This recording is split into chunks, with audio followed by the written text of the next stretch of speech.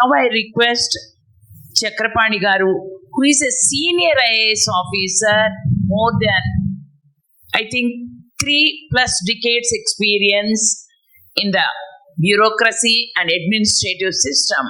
So how do we bring the changes and what it should go? Can you please talk? Thank you very much, Dr. Kirti Garu, and very distinguished panel members and friends. I'm indeed grateful to Dr. Kirti for giving me this opportunity of being present here.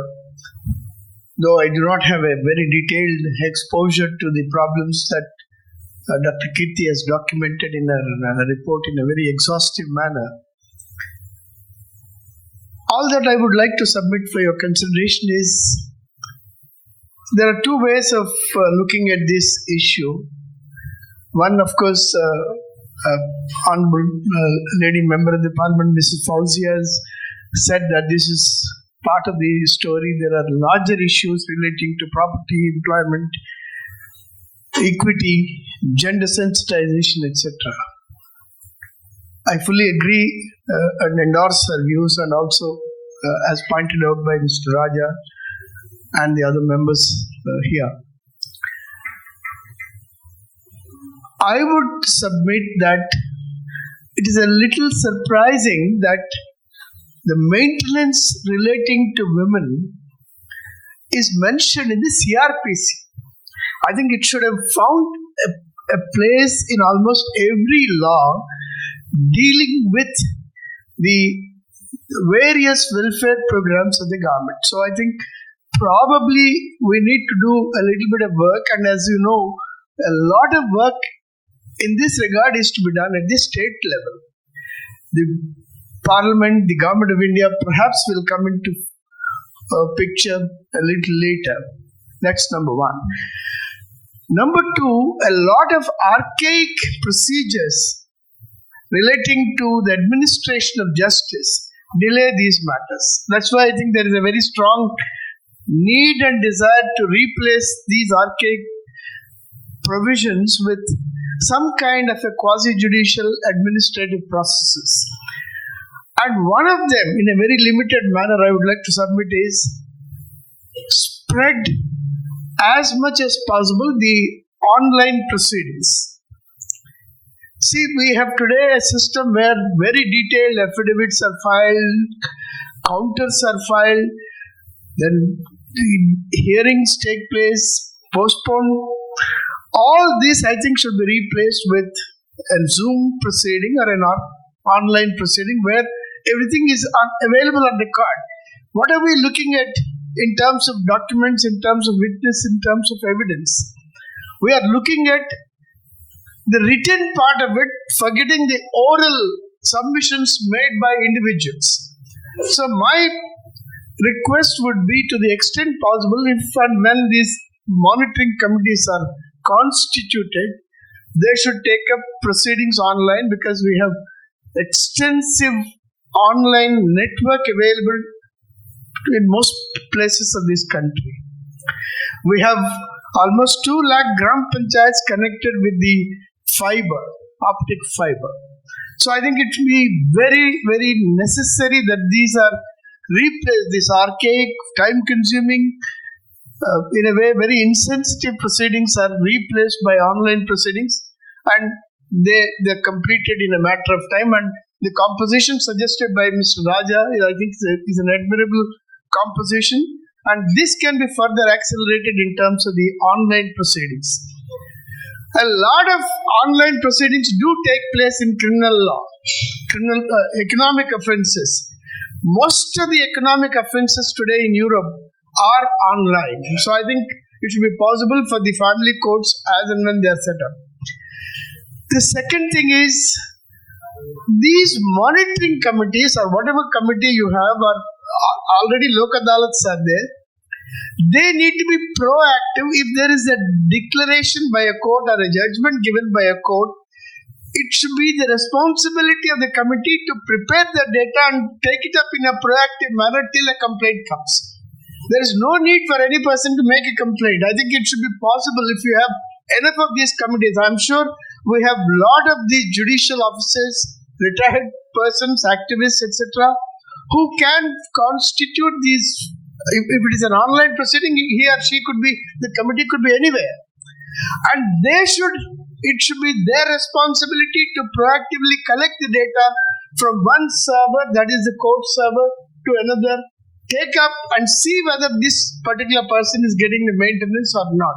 I think this is what I would like to submit. The third thing is, you see, as all of you have said, maintenance is one aspect. More important is equity, gender equality, etc. And as Mr.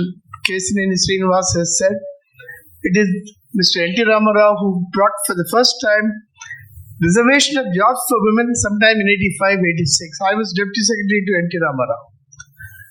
He was the person who gave a lot of property rights to women. Again, something that was also done in Tamil Nadu. So probably Kerala, as somebody jovially pointed out, I think a reservation of jobs for men will have to be introduced. I think that is a kind of extensive employment that women in Kerala. So I think a lot of jobs, perhaps where reservations have been enforced for the last 2 to 3 decades, have been taken by women. And they are, in fact, when I entered service, that's 1976, there was not even one lady employee. Today, almost 50 to 60% of employees in any office, at least in the southern states, are women. So that things are moving. My request would be that courts should really be, I think, giving up their archaic practices. The affidavit, which is supposed to be, it's mind-boggling why so much of paperwork is there in these days when your CPC can be amended, CRPC can be amended, evidence law can be amended, and if you do not have the power to do it in a matter of maybe next 2 to 3 years, introduce them in a very subconscious manner without much of a law. Because I always believe that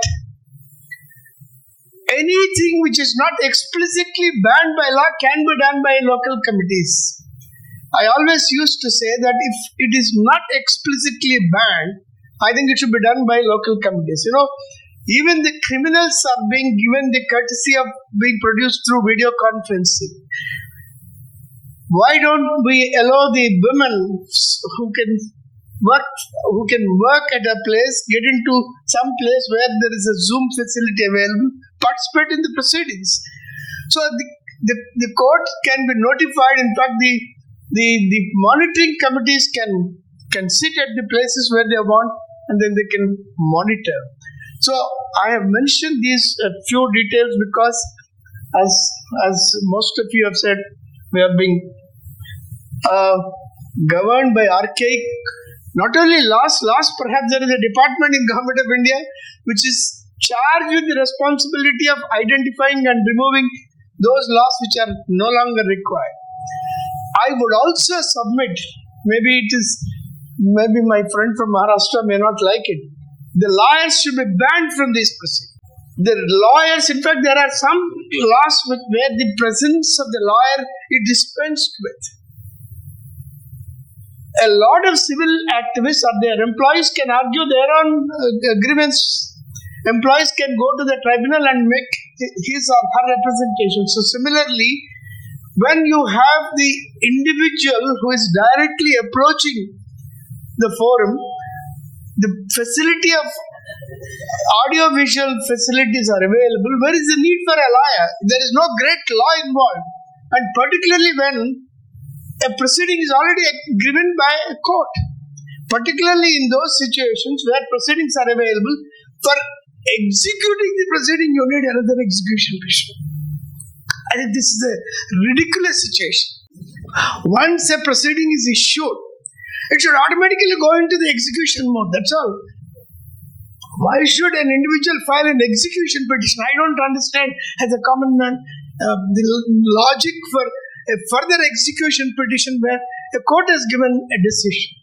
So these are some of the very out-of-the-box administrative processes that I would think are relevant in the meanwhile It has to be tackled on a short term and also on a long term basis.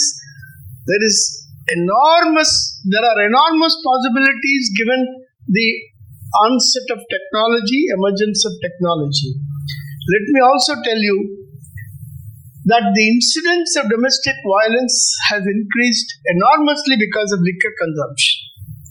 I did a program for compassionate appointments for those who are recruited through the compassionate appointment route in one district. Out of 120 appointments, 75 are those whose fathers drank themselves to death and they were recruited into government service. This is in Chittoor district. So I think there's a direct causal relationship between liquor consumption and domestic violence. So I think we need to take a look at it. And perhaps a day is coming when we should ban those, or at least take a declaration from those who are joining government service or public service that they would not take up liquor consumption. I think it's not very difficult. It is certainly possible. I'm sure some of you may have already seen that. So these are some of my suggestions, and I'm willing to take any questions with regard. Whatever I want to ask, you have covered everything, and also I really appreciate the online procedures are very, very essential because the woman has to leave their children or take the children, and there's no facilities at the courts. We don't have a child care centers at the courts. So that is very, very essential. When the courts are not child friendly and to bring the children and expose for these things, how essential it is. So maybe online also we can think of it.